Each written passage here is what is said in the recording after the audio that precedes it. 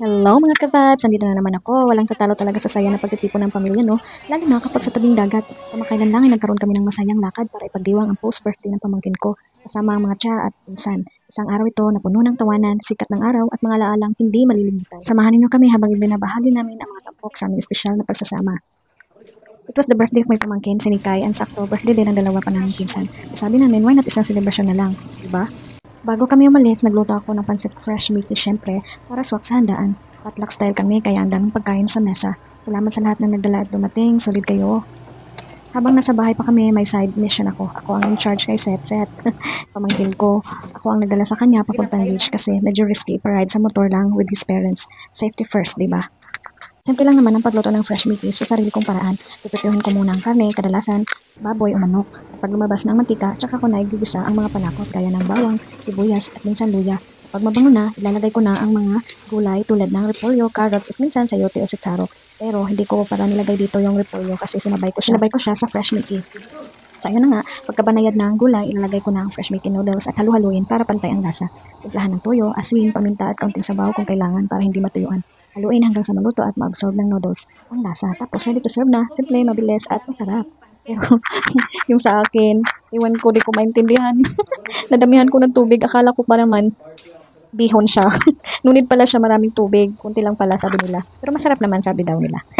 Masarap na lang. So nung nawala na yung tubig, ito na nilagay ko na yung repolyo. Sa last ko na talaga yan nilalagay kasi mas mabilis siya maluto at saka yung onion rings. So hinalo-halo ko na, last na yan na paghalo. And ready to serve na talaga to. Pinalamig ko lang muna ng konti bago ko nilagay sa lagayan para dalhin na sa dagat. Okay na to.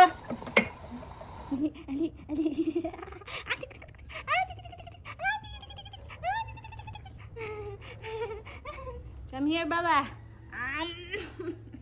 After magluto, na-ready ko naman agad sa baby set para makaalis na kami papunta sa beach.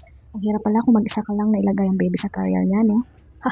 Buti na lang andyan si Mister, kaya tinawag ko siya para tulungan ako. Habang inaayos ko si baby, sinigurado kong kompleto ang gamit niya. May extra clothes, diaper, milk, at toys. Nadala na yan ang mama niya doon sa beach. Si Mister naman ang nagdala ng mga gamit namin papunta sa sasakyan. Medyo nakakapagod, pero nakakatuwa kasi excited na din si baby. Parang nararamdaman niyang may lakad kami. Sakto lang. Ready na mini baby. Bye-bye. We're going to the beach. Ha? Kana ra? Bye-bye. Ato namin sa beach, baby. Ato namin sa beach. Love, where are you going?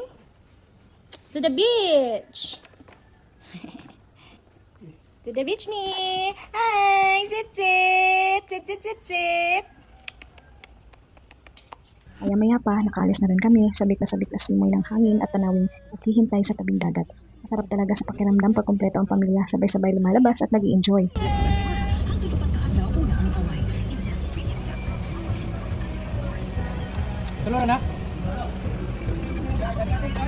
At ito na, nandito na kami sa Linganay Beach Resort.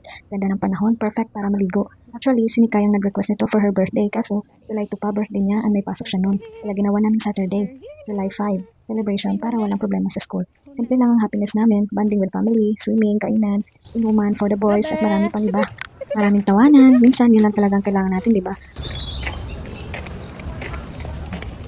Yan, at may water. Ay, sorry.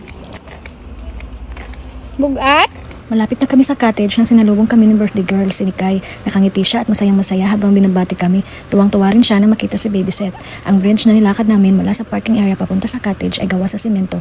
Maayos at matibay pero medyo mahaba rin ang lakad kaya ramdam mong mainit na ang sikat ng araw sa balat. Salamat sa payong!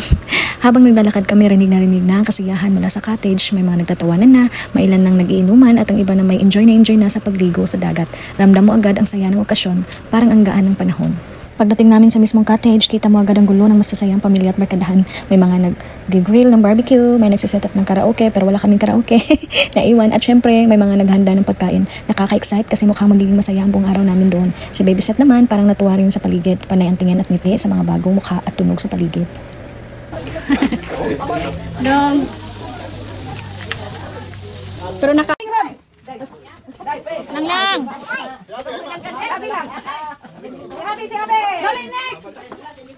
Ato sa lutan si...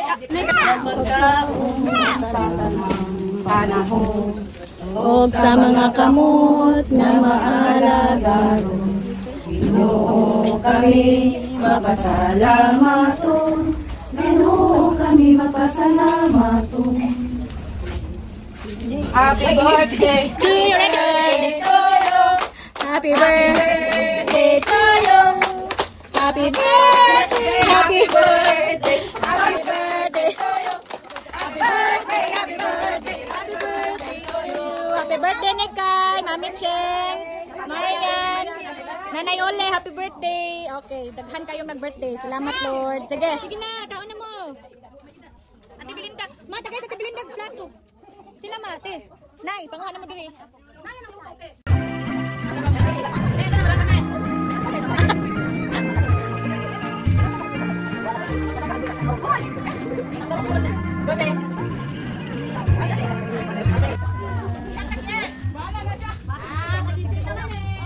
No problem si nanay bisag low tide. Nay!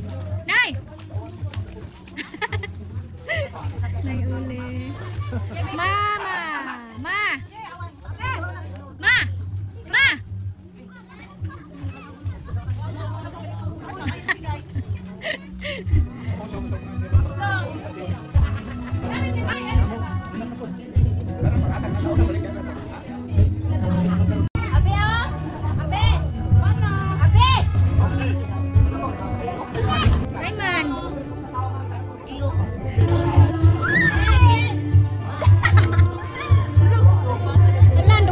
Dito na po nagtatapos ang video na ito. Sana ay nasiyahan kayo sa panonood at nakisaya sa simpleng kwento ng aming beach trip. Bago ko makalimutan, isang malaking pasasalamat sa papa at mama ni Nikay sa mga padala ninyo para ibili ng mga lutuin. Maraming salamat din kay Naning Rachel, Noy Ayek, at Tiglinda, Nanay Saling, Noy Gardo, Mama Fe, at Nay Uli sa inyong lahat na naging sponsors at mga bisita. Salamat, taos-pusong pasasalamat po mula sa amin. Hanggang sa muli nating pagkikita sa susunod na video o lakad. Ingat po kayong lahat at paalam. Thank you for watching. Bye-bye!